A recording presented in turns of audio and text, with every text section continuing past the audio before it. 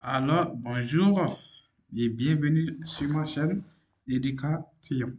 Et là, je vais vous expliquer le schéma le schéma de puissance et le circuit de commande du moteur triphasé à deux sens de marche. Deux sens de marche.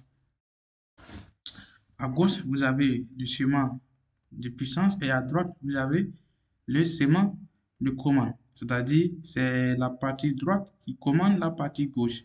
Et la partie gauche, vous avez un sectionnaire, les deux contacteurs, le contacteur KM1 pour la marche directe et KM2 pour la marche indirecte. Pour la marche indirecte, il va falloir inverser les deux phases pour donner à KM2. Ça, on va pouvoir inverser le sens de rotation de notre moteur M1. Et à droite, vous avez les différents éléments. S1, c'est bouton tournant. Bon, bouton tournant, c'est pour arrêter complètement le système. Le S2, c'est pour arrêter de façon temporaire. Et le S3, c'est pour faire marcher le moteur dans le sens 1, bien sens direct.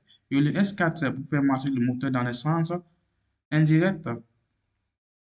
Le H1, c'est pour montrer, c'est une signalisation pour montrer qu'il y a de l'électricité au niveau de la chose.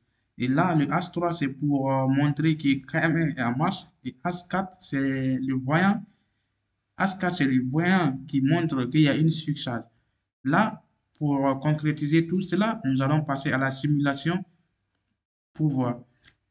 Maintenant, si vous avez besoin de comprendre davantage, n'hésitez pas à reprendre le schéma sur ce m'applique et essayer de comprendre chaque élément. On va simuler, vous allez voir.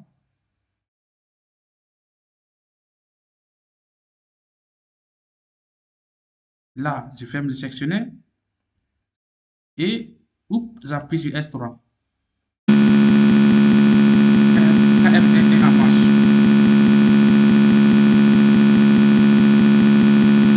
Lorsque je vais passer dans le sens, vous voyez que le moteur M1 est en sens direct, c'est-à-dire dans le sens des aiguilles du monde.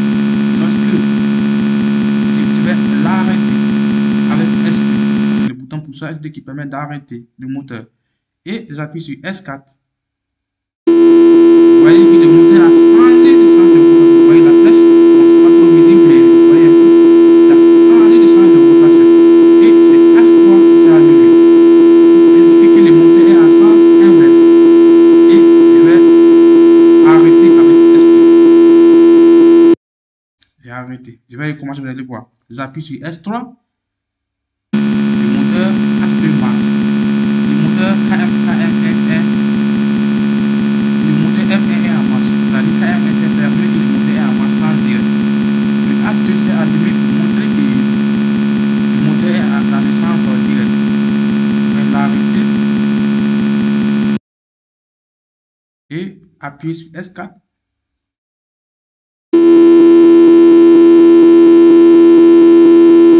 Et le moteur marche dans le sens indirect. Et H3 pour indiquer que le moteur marche dans le sens indirect. C'est ça. Je vais l'arrêter. J'avais précisé que F1 c'est pour protéger le moteur contre les surcharges. Je vais créer une surcharge par exemple. Je vais appuyer sur F1. F1, c'est-à-dire que j'ai créé une surcharge. Je vais créer une surcharge et artificielle. C'est moi-même qui j'ai créé la surcharge. Et vous voyez que H4 s'est allumé. C'est-à-dire F1 qui était normalement ouvert au niveau de la lampe H4 s'est fermé pour montrer qu'il y a réellement une surcharge. Si je relâche, je viens à sa position. Et H1, c'est pour montrer que le système, il y a de la tension au niveau, ou bien il y a, c'est-à-dire le système est en marche. Il y a de l'électricité. C'est un peu ça en fait. Mais je vais vous expliquer un peu le maintien, ce qu'on appelle le maintien. Je vais voir d'abord si c'est pas presque arrivé. Ah, nombre de minutes, c'est presque arrivé. Donc, euh,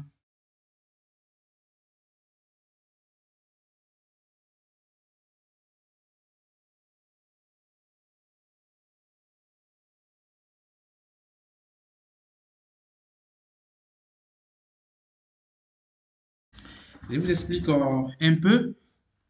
Excusez-moi de, de ces désagrès de ça parce que j'utilise une application pour l'enregistrement l'enregistrement de l'écran.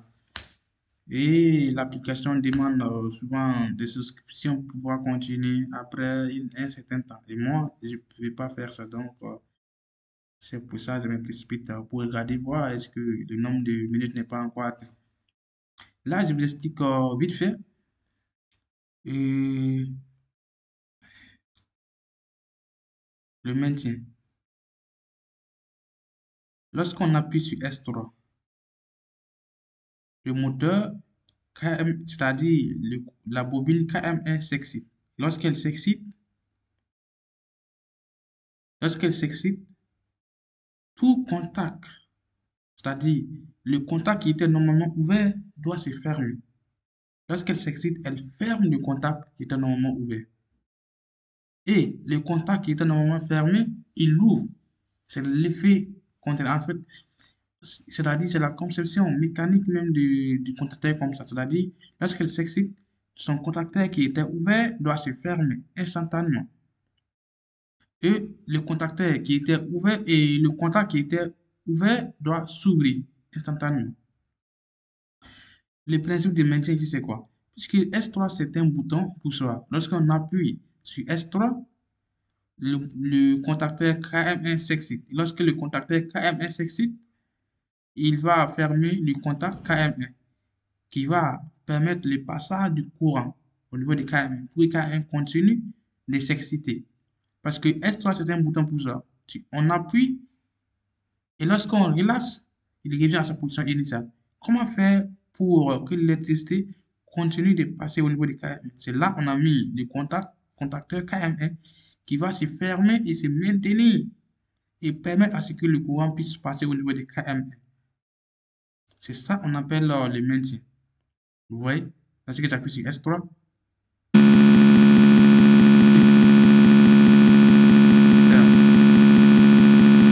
que vous voyez, à S3 est revenu dans sa position initiale.